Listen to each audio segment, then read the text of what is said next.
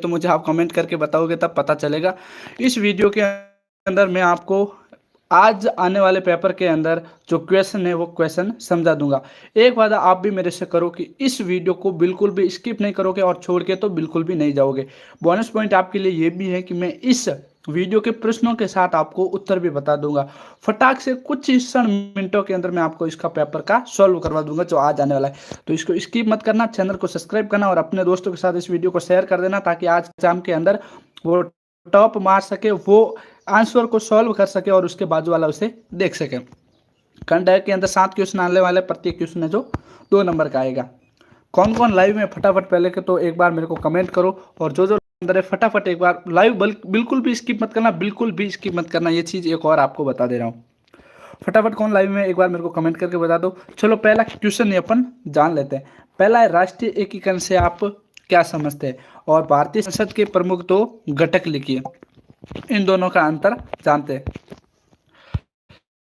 सबसे पहला है दोस्तों राष्ट्रीय एकीकरण। अगर आपको ये क्वालिटी में हाई कर दो, हाई क्वालिटी के अंदर देखो ताकि पता चल सके आपको।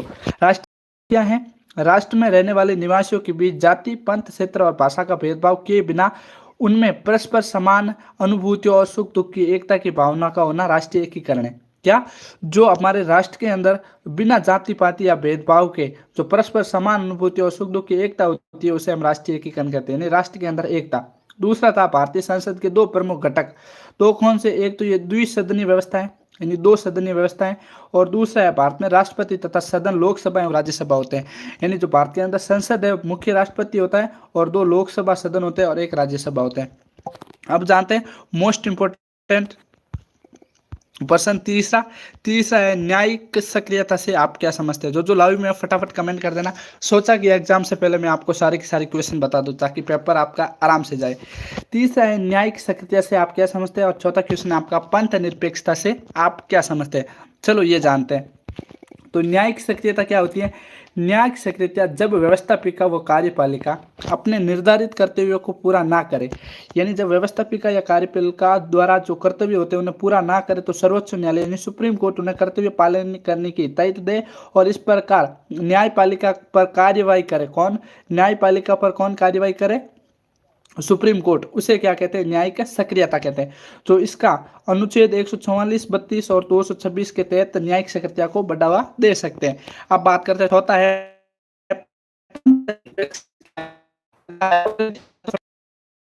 कर लो और वीडियो को लाइक है जो आराम से कर लो। चौथा है पंथ निरपेक्षता। आप क्या समझते हो? तो पंथ निरपेक्ष का तात्पर्य है धर्म पर किसी व्यक्ति का स्वामित्व नहीं होना, यानी कोई धर्म पर किसी व्यक्ति का पर्टिकुलर कोई भी स्वामित्व नहीं होना, उसमें किसी का हस्तक्षेप करने का अधिकार नहीं होना। प्रत्येक व्यक्ति को यह स्वतंत्रता होनी चाहिए कि वो चाहे जिस धर्म का अनुसरण कर सके। अब जानते हैं आपके 5वें क्वेश्चन का। अगर एकदम हाई क्वालिटी के अंदर नहीं आ रहा तो सबसे पहले इस वीडियो को हाई क्वालिटी के अंदर कर लो। दोस्तों यही पेपर आने वाला आज के वीडियो के अंदर। भारत में दलीय व्यवस्था की तो विशेषताएं लिखिए। और 6वां क्वेश्चन है नेशनल कॉन्फ्रेंस किस राज्य का क्षेत्रीय राजनीतिक दल है। जो नेशनल कॉन्फ्रेंस है वो दोस्तों जम्मू कश्मीर राज्य का क्षेत्रीय दल है, जम्मू कश्मीर का। और भारत में 2 दलीय व्यवस्थाएं क्या है उसके बारे में जानते हैं। और 7वां क्वेश्चन भी जानते पंचायत क्या है। भारत में राजनीतिक दल क्या क्या है वो जानते हैं। एक तो बहुदलीय प्रणाली यानी बहुत सारे दल है।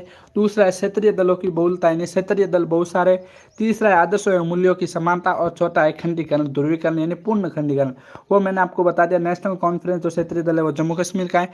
त्रिस्तरीय पंचायत क्या है उसके अंदर एक तो पंचायती राज व्यवस्था को संवैधानिक दर्जा है किसमें? 73 और 74 संविधान संशोधन में 1993 के अंदर इसके लागू किया गया था। त्रिस्तरीय पंचायती राज क्या है? ग्राम पंचायत, पंचायत समिति, ये 3 प्रकार की जो होते हैं उसे कहते हैं त्रिस्तरीय।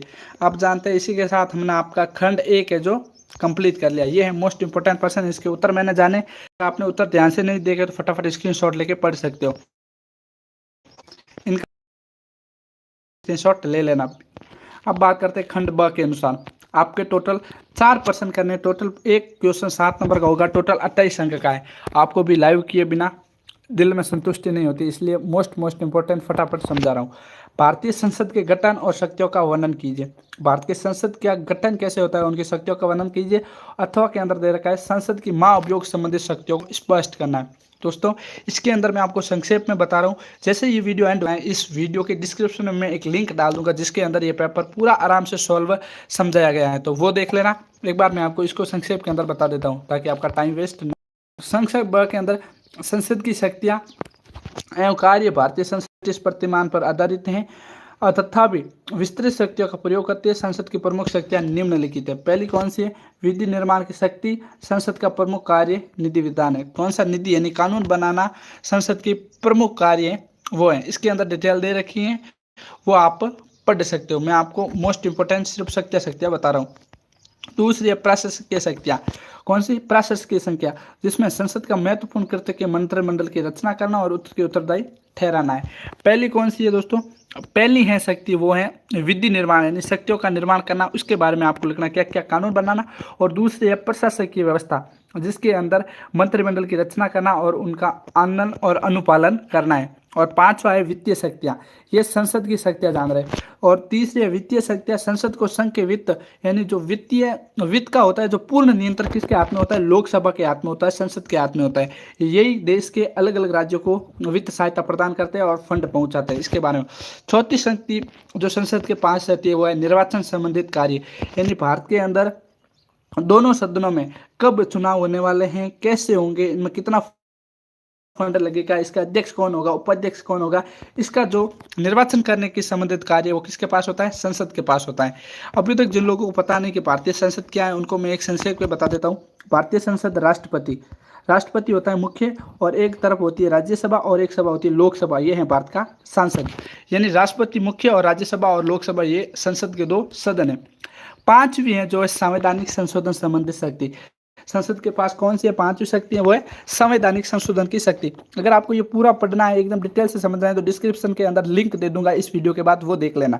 इसके अंदर मैं आपका पूरा का पूरा रिवीजन करवा देता हूँ। अब अथवा के अंदर जानते हैं संवैधानिक संशोधन शक्ति, मतलब दोनों सदनों के बीच स्वीकृति पर संविधान में कुछ संशोधन करना होगा, या नया कानून लाना होगा, या अनुच्छेद में कुछ ना कुछ डिफरेंट करना होगा, इस कारण में। अब दोस्तों जानते हैं अथवा के अंदर आप कहें कि संसदों का महाभियोग अधिकार क्या होता है। संसद के दोनों सदनों यानी राज्यसभा और लोकसभा निर्धारित विशेष प्रक्रिया के आधार पर राष्ट्रपति पर महाभियोग लगाया जा सकता है, यानी राष्ट्रपतियों को महाभियोग लगा के हटाया जा सकता है। इस प्रकार उच्चतम तथा उच्च न्यायालय के न्यायाधीशों पर भी महाभियोग लगाया जा सकता है। सुप्रीम कोर्ट और भी न्यायालयों के साथ जो कोर्ट होते हैं उन पर महाभियोग लगाया जा सकता है, और उन्हें पद से हटाने का अधिकार है वो संसद के पास होता है। अतः भारतीय सांसद को सैद्धांतिक रूप से विस्तृत शक्तियां प्राप्त होती हैं। सांसद जनता के हितों को प्रतिनिधित्व करने के लिए साथ ही सार्वजनिक वाद विवाद का स्थल भी है। नॉर्मन डी पामर ने भारतीय सांसद को लोकप्रिय भावना का दर्पण तथा शिक्षा का कार्य करने वाला कहा है, किंतु भारत की संसद अपनी परिसीमाओं में कार्य करती है। भारत की संसद असीमित शक्तियों को संपन्न परंतु अनियंत्रित, अमर्यादित तथा अंतर्दायी संस्था नहीं है। संविधान की विपक्षी मर्दाएं, जनमत की आकांक्षाएं तथा सामान्य जन की आकांक्षाओं को संसद अवहेलना नहीं कर सकता। यह है दोस्तों अथवा का उत्तर। अब हम जानते हैं आपके तीसरा मोस्ट न्यायपालिका की स्वतंत्रता पर एक टिप्पणी लिखनी है, यानी जो भारत का है उसके ऊपर स्वतंत्रता एक टिप्पणी लिखनी है। और न्यायिक पुनरावलोकन क्या है, इसका अर्थ बताते हुए इसकी प्रवृत्ति को समझना। दोस्तों 100% लगा रहा हूँ, इसका मतलब मोस्ट इंपॉर्टेंट है ये। तो इस वीडियो को हाई क्वालिटी के अंदर देख लो ताकि आपको एक से दिख सके कि मैं क्या पढ़ा रहा हूँ। अब बात करते हैं न्यायपालिका के बारे में।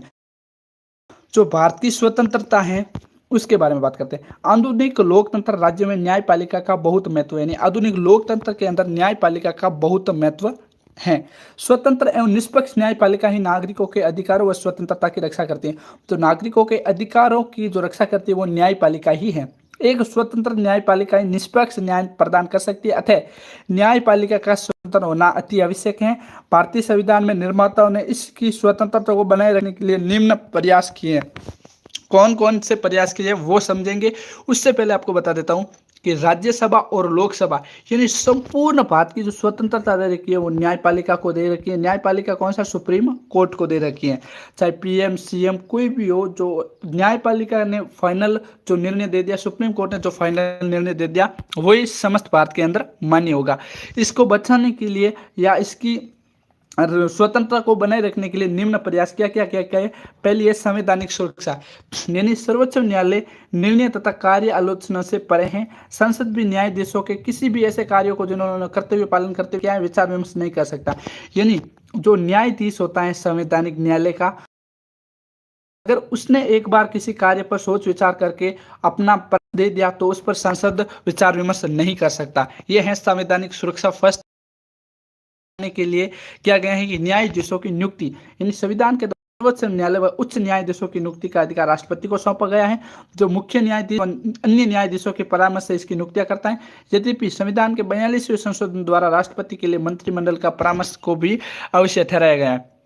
तीसरा है कार्यकाल की सुरक्षा, यानी न्यायाधीशों का जो कार्यकाल वो 90 एवं निश्चित होता है। इसे 2/3 बहुमत से हटाया जा सकता है, नहीं तो नहीं हटाया जा सकता है। चौथा है पर्याप्त वेतन व भत्ते, यानी जो आपके न्यायाधीश होते हैं उनके आप वेतन नहीं रोक सकते और प्राप्त भत्ते हैं वो भी दिए जाते हैं और निःशुल्क आवास भी दिया जाता है। पांचवा है अवकाश प्राप्ति के बाद वकालत करने पर रोक, यानी अवकाश है तो जबरदस्ती इनसे वकालत नहीं करवाया जा सकता है। हाँ, कुछ जांच प्रयोग कर सकते हैं लेकिन वकालत नहीं करवा सकते। छठवां बचाने के लिए मोस्ट इंपोर्टेंट किया गया है कि संसद के अंश से परे संसद उच्चतम न्यायालय की शक्ति और अधिकार को बढ़ा सकती है, यानी संसद के नियंत्रण में संसद उच्चतम न्यायालय की शक्ति और अधिकार को बढ़ा सकती है, कम नहीं कर सकती है। यानी संसद है जो उच्च न्यायालय की शक्ति को बढ़ा सकती है लेकिन जो शक्तियां दी है उसे कम नहीं कर सकती। इसके अलावा संसद के नियंत्रण से स्वतंत्र रखने के लिए सर्वोच्च न्यायालय में सभी व्यय भारत की संचित निधि से किए गए। अब न्यायिक पुनरावलोकन का अर्थ किसी न्यायिक संगठन की दी गई वो शक्ति या जिसका प्रयोग करते हुए व्यवस्थापिका द्वारा बनाई गई किसी अधिनियम या कार्यपालिका द्वारा जारी किसी आदेश को अध्यादेश तक वैधता या अवैधता पर विचार करे और ऐसे कोई भी अधिनियम या उपादेश असंवैधानिक हो उसे रद्द करने का ऑर्डर दे। सिंपल भाषा में आपको समझाऊं तो न्यायिक पुनरावलोकन वो है, यानी जिसकी शक्ति का प्रयोग व्यवस्थापिका द्वारा किसी भी अधिनियम या कानून जो कार्यपालिका द्वारा बनाया गया था उसे लागू करने के लिए राष्ट्रपति के पास जो भेजा जाता है या जो न्यायपालिका होती है जो उसका पुनरावलोकन करती है, उसको देख के एकदम पुनरावलोकन करके उसको लागू करती है, उस चीज को पुनरावलोकन कहते हैं। अब बात करते हैं भारत में न्यायिक पुनरावलोकन, यानी न्यायपालिका के पास पुनरावलोकन करने की क्या क्या अधिकार है। संसार के उच्च न्यायालय को न्याय पुनरावलोकन का अधिकार नहीं दिया गया है, किंतु भारत में कठोर संविधान अपनाया गया है और हर प्रावधान का संविधान में विस्तृत वर्णन किया गया है। फिर भी संविधान की रक्षा के लिए सर्वोच्च न्यायालय को न्यायिक पुनरावलोकन की शक्ति प्राप्त है, यानी कोई भी कानून को जो पूर्ण अवलोकन होगा वो हमारी न्यायपालिका करेगा, सुप्रीम कोर्ट कर सकता है अगर किसी व्यक्ति ने विवाद उठाया तो। संविधान के निम्नलिखित अनुच्छेदों में न्यायिक पुनरावलोकन की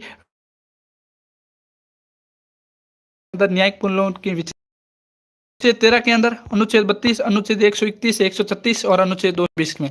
अब जानते थे न्याय पुनरावलोकन की थोड़ी प्रगति, यानी उच्चतम न्यायालय व उच्च न्यायालयों ने जिस प्रकार से न्यायिक पुनरावलोकन के अपने अधिकारियों का प्रयोग किया है उसकी प्रकृति स्पष्ट होती है। इन मुख्य लक्षण एवं विशेषताएं निर्भर है। पहली तो व्यवस्थापन की सीमाओं का निर्धारण, दूसरा अलगाव का सिद्धांत, तीसरा है प्रगतिशील व्याख्या का सिद्धांत और फोर्थ है वो कौन सा है संविधान की आत्मा का सिद्धांत और पांचवा है संवैधानिक परिकल्पना का सिद्धांत। अब कौन कौन भाई लोग लाइव में फटाफट एक बार मेरे को कमेंट करके जरूर बताएं, क्योंकि बिना कमेंट के मेरे को पता नहीं चलता कि कौन कौन लाइव के अंदर है। फटाफट कमेंट करो। उसके बाद चौथा मोस्ट इंपोर्टेंट पर्सन है राज्यपाल मात्र संवैधानिक प्रमुख से अधिक है, स्पष्ट करना है और राज्यपाल की स्वयं विवेक शक्तियों का हमें वर्णन करना है। कौन कौन लाइव के अंदर है एक बार मेरे को बता दो ताकि मेरे को पता चले कि मेरा लाइव कौन। ठीक है, हेलो सर जी, हेलो साफ नहीं दिख रहा, हाई क्वालिटी करो। हेलो सर, ठीक है। और कितना बाकी है लाइव? ज़्यादा नहीं है दोस्तों, आपका खंड अ ब और स तीनों मैं बताने वाला हूँ, सिर्फ वही बाकी है, बाकी कुछ नहीं है। ठीक है, और देखते हैं और क्या क्या है। चलो अपन सीधे अपने पसंद की तरफ बात करते हैं। राज्यपाल की मात्र संवैधानिक प्रमुख से अधिक और राज्यपाल की स्व विवेक शक्तियों के बारे में जानते हैं। लाइव दोस्तों साफ इसलिए नहीं आता है कि आप नेटवर्क देख सकते हो, हमारा नेटवर्क कितना है, ये देखो 5G पकड़ रहा है फिर भी साफ नहीं आ रहा है, तो आप इसको एक बार हाई क्वालिटी के अंदर करके देखो। हम बात करते हैं राज्यपाल की संवैधानिक स्थिति। दोस्तों राज्यपाल की संवैधानिक स्थिति की है जिस प्रकार हमारे भारत के अंदर राष्ट्रपति की स्थिति है वैसी की वैसे यहाँ पे राज्यपाल की स्थिति है, यानी काम सारा का सारा मंत्रिमंडल और लोकसभा करता है, लेकिन नाम किससे होता है? राष्ट्रपति के नाम से होता है। उसी प्रकार जो राज्य में जो लोकसभा होती है यानी जो कार्यपालिका होती है वो है, मंत्रिपरिषद कार्य करता है और नाम सारा किसका होता है, राज्यपाल की सिर्फ स्वीकृति के लिए भेजा जाता है। यही है हमारे राजस्थान के अंदर यानी भारत के अंदर राज्यपाल की स्थिति। अब जानते हैं राज्यपाल की नियुक्ति कैसे होती है, यानी जो राज्यपाल की नियुक्ति है वो कैसे होती है। संविधान की धारा 153 के अनुसार प्रत्येक राज्य के लिए एक राज्यपाल होगा। राज्य की कार्यपालिका शक्ति राज्यपाल में नियुक्त होगी तथा उसके प्रयोग इस संविधान के अनुसार या तो स्वयं अथवा अपने अधीनस्थ अधिकारियों द्वारा करेगा। यानी राज्य के सारे कार्य राज्यपाल से ही होंगे। यह सरकार कार्य के संचालन के संबंध में नियम बना हुआ है। राज्यपाल को राष्ट्रपति नियुक्त करता है एवं राष्ट्रपति के प्रसाद मतलब राष्ट्रपति को जो राज्यपाल होता है उसे राष्ट्रपति नियुक्त करता है। इसके जो कार्यकाल होता है वो 5 वर्ष का होता है और जो राज्यपाल चाहे तो 5 वर्ष से पूर्व भी अपना जो अपना पद छोड़ने का जो अध्यक्ष पत्र है वो अपने राष्ट्रपति को दे सकता है। अब बात करते हैं दोस्तों राष्ट्रपति शक्तियां एवं कार्य कौन कौन से हैं। सबसे पहले कार्यपालिका की शक्तियां कौन सी है, कार्यपालिका की शक्तियां, दूसरी वित्तीय शक्तियां इसके पास होती है, तीसरी स्वविवेक शक्तियां होती हैं और विधायी शक्तियां, न्यायिक शक्तियां और विशेष दायित्व होता है जो इनके पास होती है। अब मोस्ट इंपोर्टेंट था वो हम जानते हैं कि शक्तियां कौन सी होती है राज्यपाल के पास। संविधान के अनुच्छेद 163(1) के अंतर्गत राज्यपाल की स्व विवेक की शक्तियों का उल्लेख है। इसमें यह उल्लेखित किया गया है कि राज्यपाल अपनी स्व विवेक शक्तियों को छोड़कर मंत्रिपरिषद के परामर्श पर कार्य करेगा। यानी कि खुद की जो स्व विवेक शक्तियां हैं उसको छोड़कर जो मंत्रिपरिषद चाहेगा उस पर वो कार्य करेगा, लेकिन इसका उल्लेख संविधान में नहीं दिया गया है। अब बात करते हैं दोस्तों पांचवा मोस्ट इंपोर्टेंट पर्सन। अब मैं आपको क्या बताऊं, पांचवा आप 100% नहीं, पांचवा आप 200% लेके ले जाओ मेरे से। लास्ट पर्सन है खंड बा का लास्ट पर्सन है, तो मेरे से लिखवा के आपको ले जाओ। मोस्ट इंपोर्टेंट पर्सन है, मौलिक अधिकारों को समझाना है। कौन सा, मौलिक अधिकारों को समझाना है और भारतीय संविधान में प्रावधान किए गए संवैधानिक उपचारों को अधिकार को स्पष्ट करना है। मोस्ट इंपोर्टेंट 200% लिख के ले जाओ। यही सेम टू सेम क्वेश्चन आपको एग्जाम के अंदर देखने को मिलेगा। संवैधानिक उपचारों का अधिकार। संविधान ने नागरिकों को मौलिक अधिकार तो प्रदान कर दिए हैं, किंतु यदि इन अधिकारों की रक्षा की व्यवस्था ना की जाए तो यह व्यर्थ है। अतः संविधान के अनुच्छेद 32 में उन संविधानिक उपचारों का वर्णन किया गया है जिनकी वजह से नागरिक अपने मौलिक अधिकारों की रक्षा कर सकता है। नागरिक अपने अधिकारों को लागू करने के लिए सर्वोच्च न्यायालय और उच्च न्यायालयों की शरण ले सकता है। न्यायालय उन सभी कानूनों और कार्यपालिकाओं के कार्य को अवैध घोषित कर सकता है जिनके नागरिक के अधिकारों का हनन होता जा रहा है। इनके लिए निम्नलिखित उपचार हेतु निम्नलिखित कदम उठाए गए। पहले तो बंदी प्रतिष्ठीकरण, दूसरा है परमादेश, तीसरा है प्रतिषेध और चौथा है उत्प्रेक्षणा और पांचवा है अधिकार परीक्षा। अब दोस्तों अथवा का उत्तर जानते हैं जो मोस्ट इंपोर्टेंट है, जो 200% आने की संभावना है, वो है मौलिक अधिकारों से क्या तात्पर्य है, मौलिक अधिकार कौन कौन से हैं। वे अधिकार जो व्यक्ति के जीवन के लिए मौलिक तथा अनिवार्य होने के कारण संविधान द्वारा नागरिकों को प्रदान किए जाते हैं। जिन अधिकारों में राज्य द्वारा भी हस्तक्षेप नहीं किया जाता है उसे मौलिक अधिकार कहते हैं। यानी लोगों को अनिवार्य रूप से दिए जाने वाले जो अधिकार हैं जिसमें राज्य हस्तक्षेप नहीं करता है उसे मौलिक अधिकार कहते हैं। नागरिकों को टोटल 7 प्रकार के मौलिक अधिकार दिए गए हैं, जिसमें से 1 हटा दिया गया और 6 मौलिक अधिकार वर्तमान में हमारे पास है। भारतीय संविधान द्वारा नागरिकों को प्रदत्त मौलिक अधिकार निम्न प्रकार से दिए गए हैं। पहला दिया गया समानता का अधिकार, मतलब पहला दिया गया समानता का अधिकार। कौन सा, समानता का अधिकार। अनुच्छेद 14 से अधिकार का वर्णन किया गया।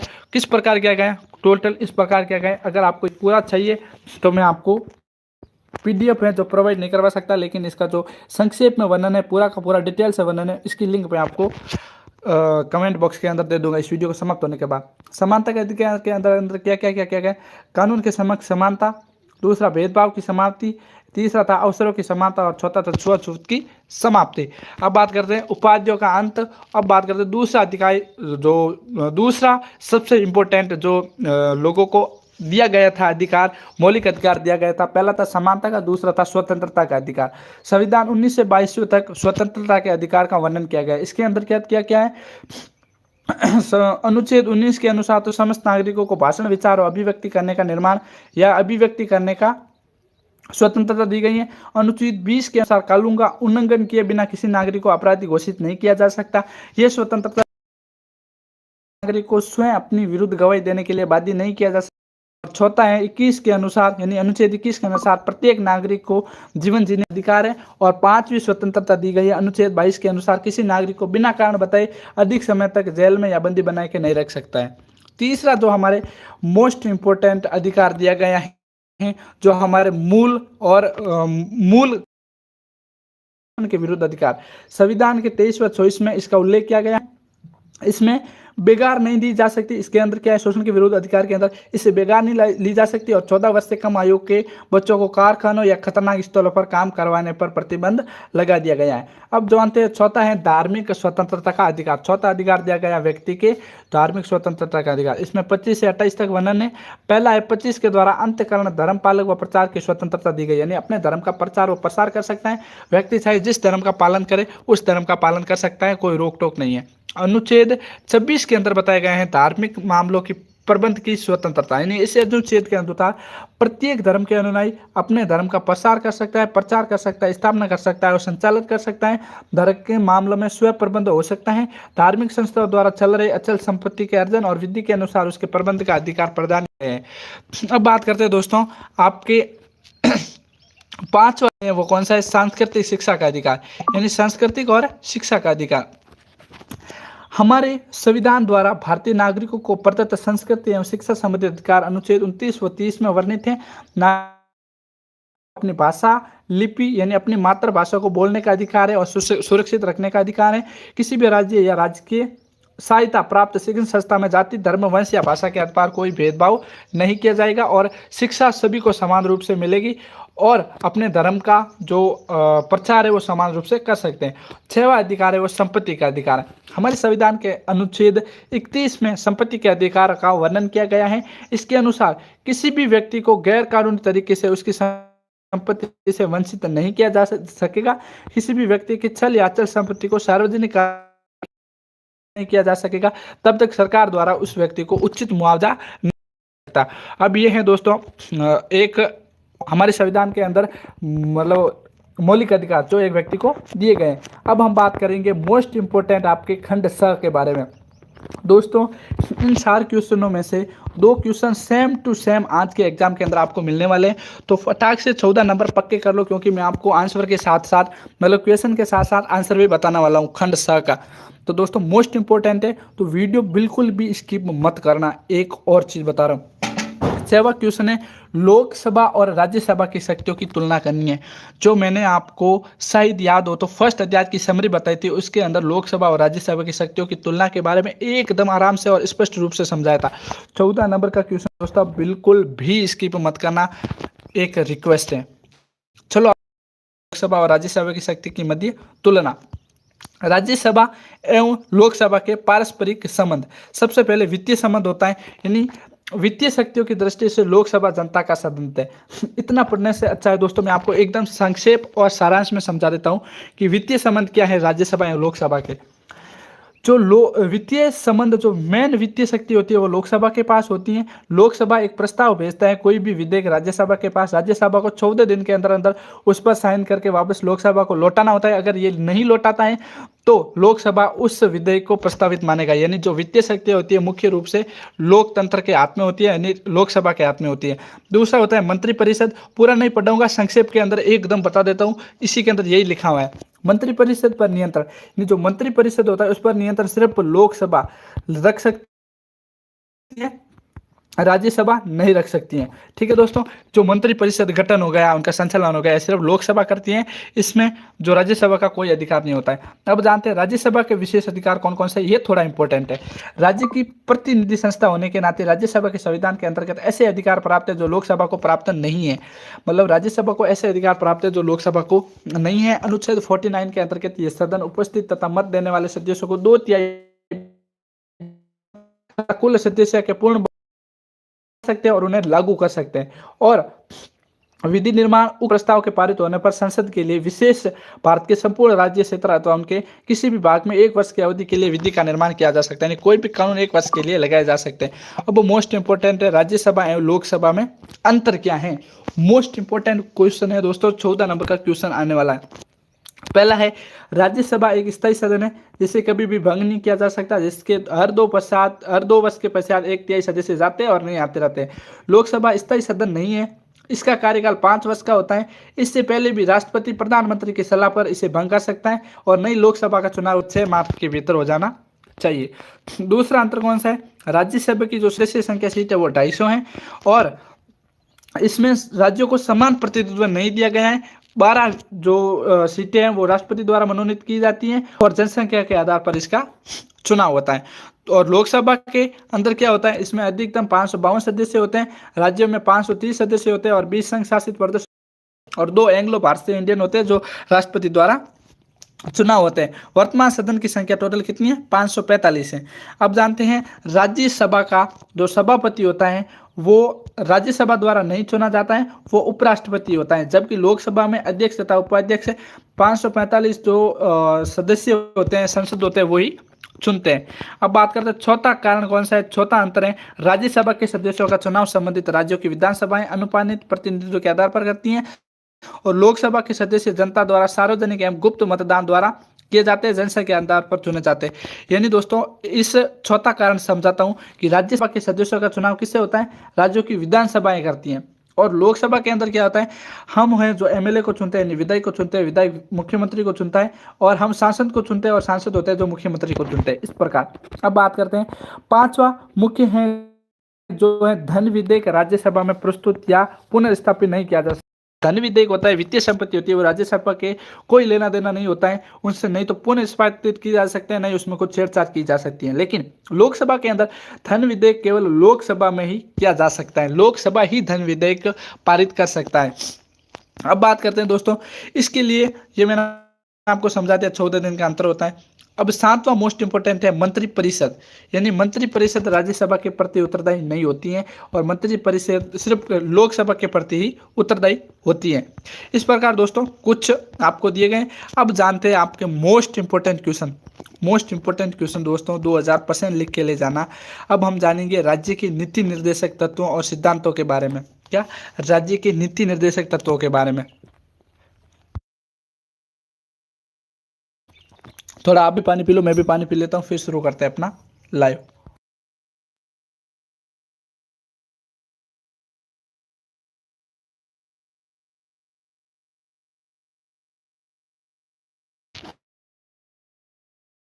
लाइव के अंदर कौन कौन है फटाफट पहले बताओ, उसके बाद शुरू करते हैं लाइव। लाइव के अंदर कौन कौन है पहले ये बताओ, उसके बाद शुरू करेंगे लाइव। कमेंट करो, फटाफट कमेंट करो दोस्तों, लाइव के अंदर कौन कौन है। थोड़ा आराम कर लो साथियों, लाइव के अंदर कौन कौन है फटाफट बताओ, फिर शुरू करते हैं अपन अपना लाइव।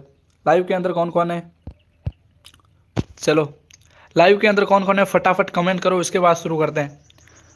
दोस्तों खंड सा आपके लिए मोस्ट इंपोर्टेंट होने वाला है, 28 नंबर का ऐसी तैयार करवा दूंगा कि एक भी क्वेश्चन बाहर से नहीं आएगा।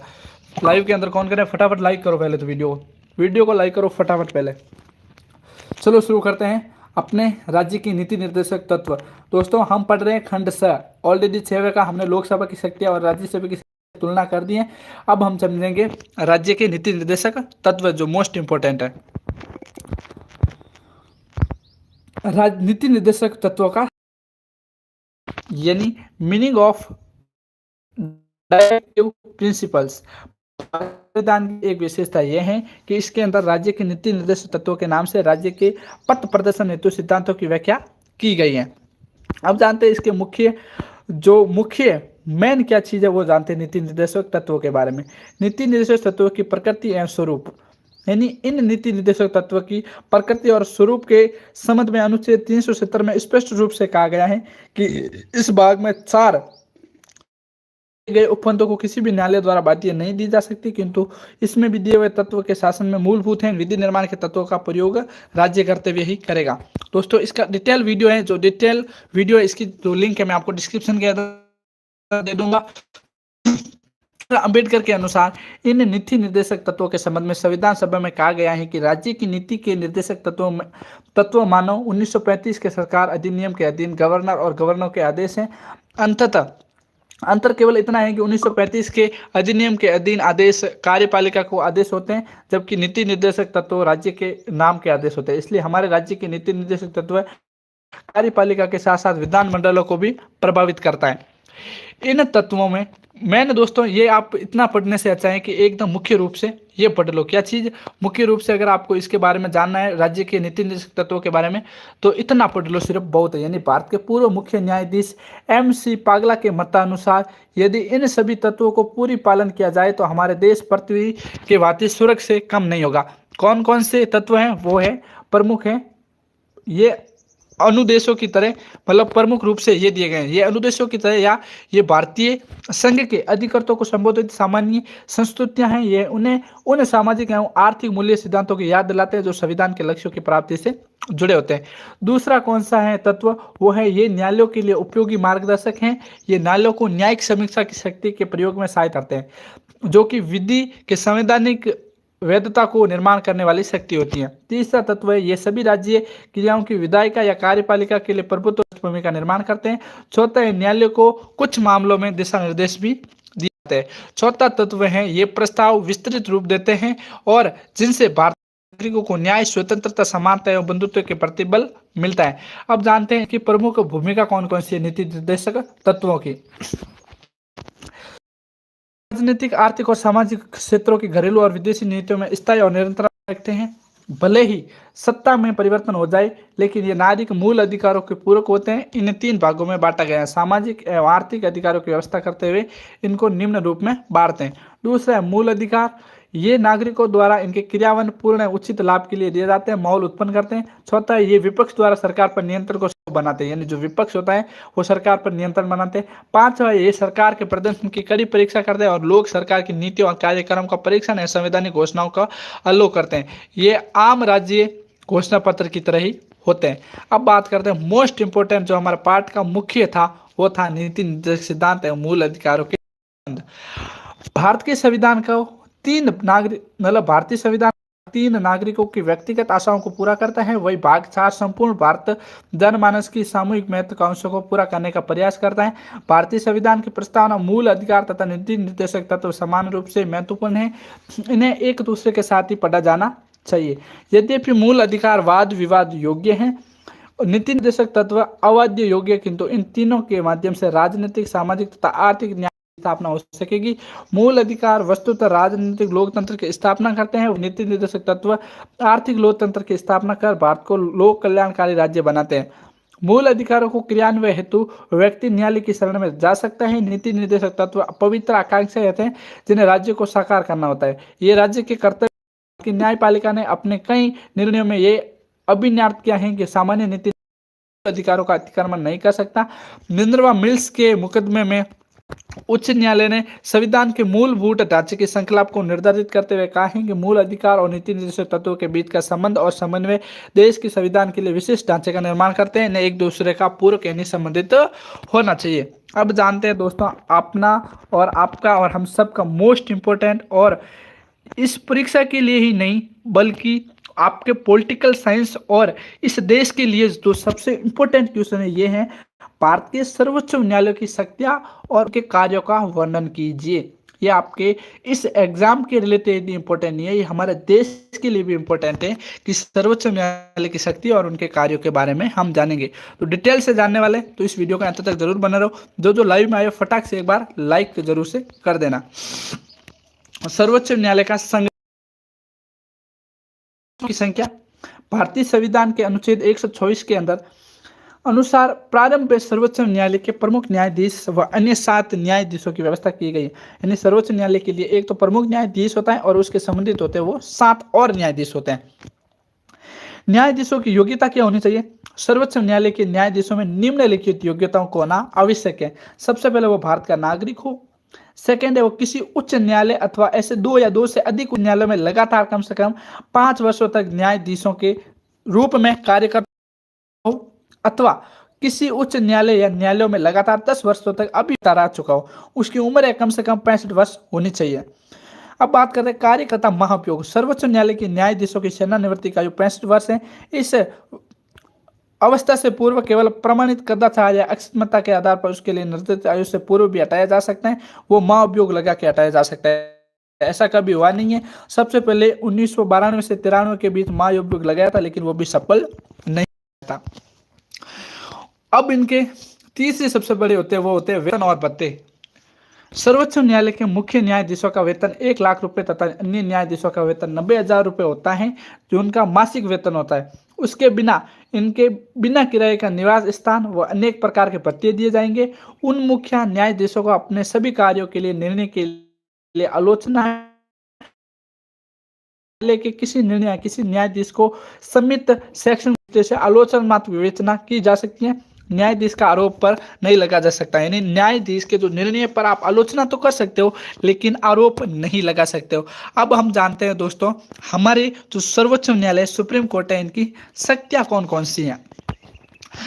भारत के सर्वोच्च न्यायालय को काफी व्यापक क्षेत्राधिकार प्राप्त है, यहाँ तक कि विश्व के अन्य किसी भी न्यायालय को इतना क्षेत्राधिकार प्राप्त नहीं है। निम्नलिखित रूपों में हम इसका अध्ययन कर सकते हैं। पहला है प्रारंभिक क्षेत्राधिकार, दूसरा अपीलीय क्षेत्राधिकार, और तीसरा है जो सबसे इंपॉर्टेंट है परामर्श अधिकार, और चौथा अभिलेख अधिकार, और पांचवा मौलिक अधिकारों का संरक्षक। इसमें मुख्य रूप से तीन ही है दोस्तों। तीन कौन कौन से, एक तो प्रारंभिक है, और एक अपीलीय, और एक है परामर्श दात्री। चलो इन पांचों के बारे में हम पढ़ लेते हैं। मोस्ट इंपोर्टेंट जो सुप्रीम कोर्ट के अधिकार है, पहला है प्रारंभिक अधिकार।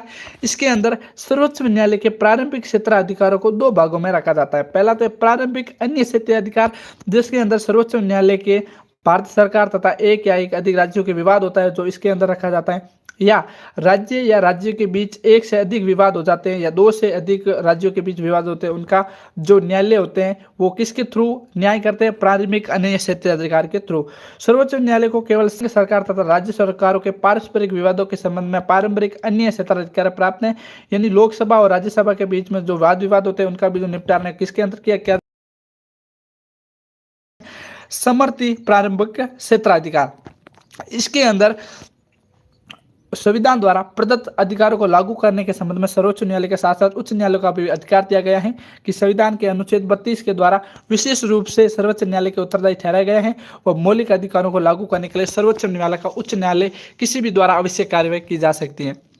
और दोस्तों आपका दूसरा सबसे इंपॉर्टेंट अधिकार जो सर्वोच्च न्यायालय को दिया गया है वो अपीलीय क्षेत्राधिकार। सर्वोच्च न्यायालय को प्रारंभिक क्षेत्राधिकार के साथ संविधान ने अपीलीय क्षेत्राधिकार भी प्रदान किया है, जिसके अंतर्गत राज्यों के उच्च न्यायालयों के निर्णय के विरुद्ध अपील सुनने का अधिकार प्राप्त है। सर्वोच्च न्यायालय के अपीलीय क्षेत्राधिकार को निम्न चार भागों में विभाजित कर सकते हैं। पहला तो है संवैधानिक अधिकार, यानी संविधान के अंदर कुछ भी चेंजेस करना हो तो ये न्यायपालिका का सुप्रीम कोर्ट को अधिकार है। दूसरा है दीवानी क्षेत्राधिकार, यानी फौजेदारी वगैरह उसमें। तीसरा है फौजेदारी अधिकार, जिसके अंदर उच्च न्यायालय और सारे न्यायालय आ जाते हैं। चौथा है विशिष्ट क्षेत्राधिकार। अब जानते हैं तीसरा जो अधिकार है हमारे पास दिया गया था परामर्शक दात्री क्षेत्राधिकार। इससे पहले जाने से पहले दोस्तों जो लाइव में फटाफट वीडियो को लाइक कर देना।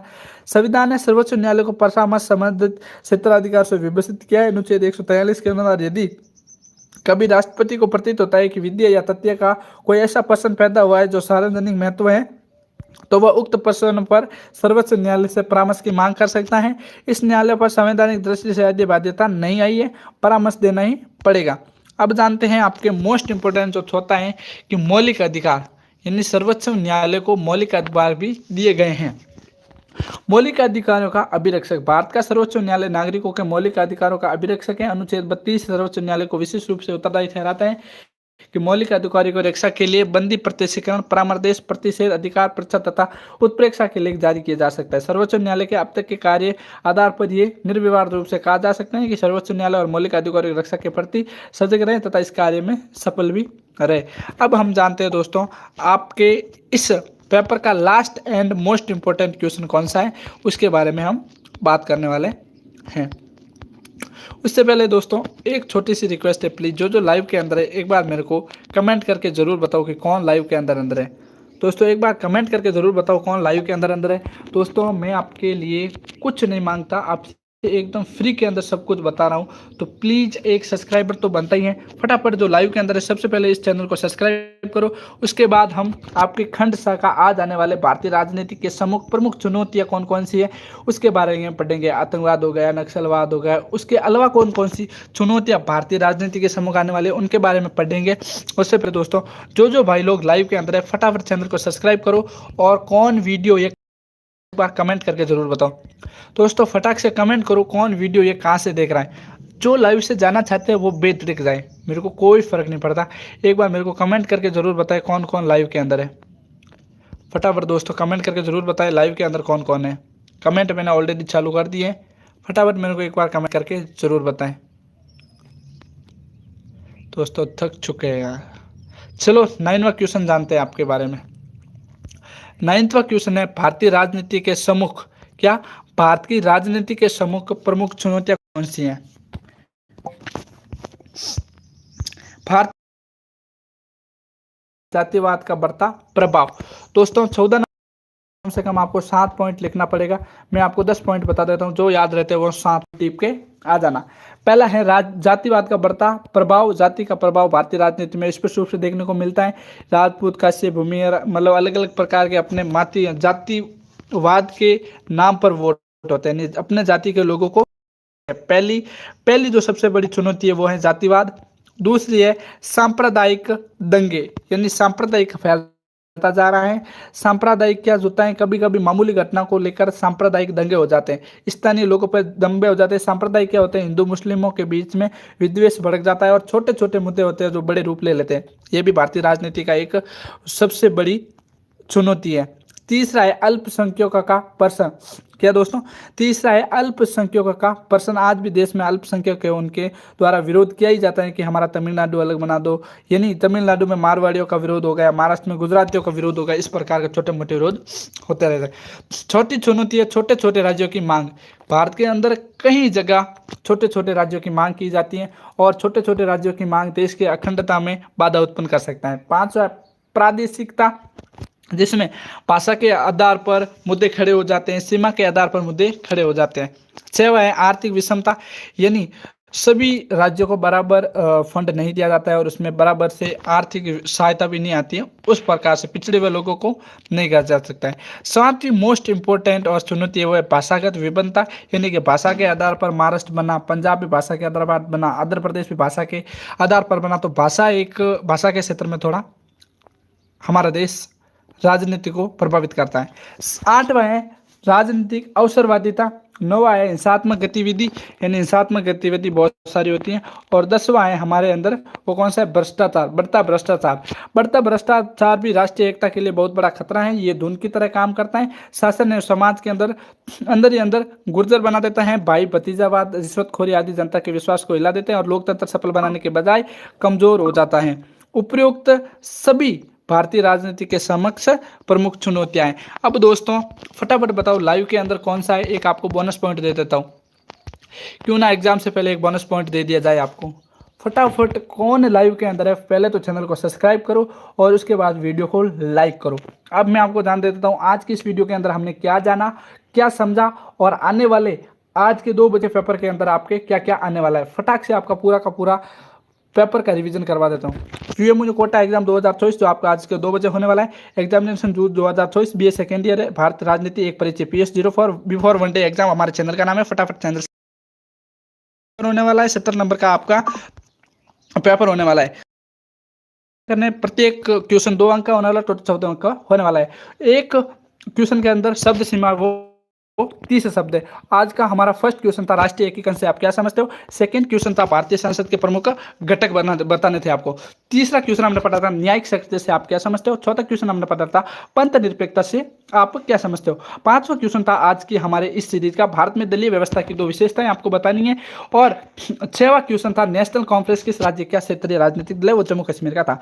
त्रिस्तरीय पंचायत के बारे में, राज्य व्यवस्था के बारे में हमने समझा, जिसमें पंचायत समिति और राज्य पंचायत समिति और जिला प्रमुख मुख्य रूप से। फिर हमने खंड 7 पढ़ा जिसके अंदर 4 क्वेश्चन करने थे और 7 नंबर का था जो टोटल 28 अंक का था। उसमें से आपको 200 शब्द में मिनिमम क्वेश्चन है जो लिखना था। पहला हमने पढ़ा था भारतीय संसद के गठन और शक्तियों का वर्णन किया, अथवा के अंदर हमने संसद की महाभियोग शक्ति के बारे में पढ़ा। तीसरा आपका मोस्ट इंपोर्टेंट क्वेश्चन था वो था भारतीय न्यायपालिका की स्वतंत्रता पर टिप्पणी लिखनी, यानी भारत का पहरी किसे कहा जाता है, न्यायपालिका को। उसके बारे में हमने स्वतंत्रता पर टिप्पणी लिखी थी। अथवा के अंदर हमने पढ़ा था न्यायिक पुनरावलोकन का अर्थ बताया और उसकी प्रवृत्ति क्या है उसके बारे में समझा। और चौथे क्वेश्चन के अंदर हमने पढ़ा राज्यपाल की संवैधानिक प्रमुख से अधिक है, इसकी स्पष्ट कीजिए, यानी जो राज्यपाल की मात्र संवैधानिक स्थिति उसके बारे में पढ़ा। राज्यपाल की स्व विवेक शक्तियों का वर्णन किया। और उसी के साथ हमने 5वें अध्याय के अंदर यानी 5वें पार्ट के अंदर या 5वें क्वेश्चन के अंदर हमने पढ़ा भारतीय संविधान के प्रमुख प्रावधान स्पष्ट किया। और मोस्ट इंपोर्टेंट 200% आने वाले क्वेश्चन को पढ़ा है मौलिक अधिकारों को। इसी के साथ दोस्तों बिफोर वन डे एग्जाम को अभी से चैनल को सब्सक्राइब कर लेना, क्योंकि आने वाला HI04 HD04 के भी इसी प्रकार मैं आपको पेपर देता जाऊंगा। पेपर देने के बाद मेरे को आके वापस जरूर बताना कि आपका पेपर कैसे गया और मेरे द्वारा बताए गए इसी पेपर में से आपके कितने सवाल है। आशा करूंगा 70 में से 65 नंबर क्वेश्चन है वो इसी पेपर में से आए। बात कर दूं दोस्तों खंड स का 6वां क्वेश्चन है लोकसभा और राज्यसभा की शक्तियों का तुलना। ये मैंने आपको ऑलरेडी 20 बार बता दिया, अगर आप फिर भी इसे पढ़ के नहीं जाते हो तो आपकी गलती है।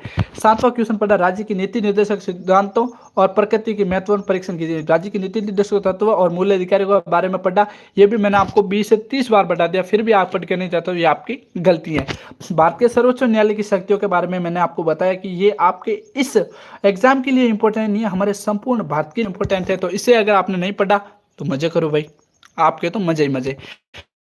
9वां क्वेश्चन हमने पढ़ा था भारतीय राजनीति के प्रमुख चुनौतियों को। अगर ये भी आपने नहीं देखा, अगर आपने ये 4% नहीं देखा तो आपने आधा पेपर मिस कर दिया। अब आपको देता हूं, अगर आपको इसको संक्षेप में समझना है तो डिस्क्रिप्शन के अंदर लिंक दे रहा हूं, वहां से जाके आप देख लेना। बाकी चैनल को सब्सक्राइब करना। मिलते हैं एक नए वीडियो के साथ, तब तक के लिए आपका बहुत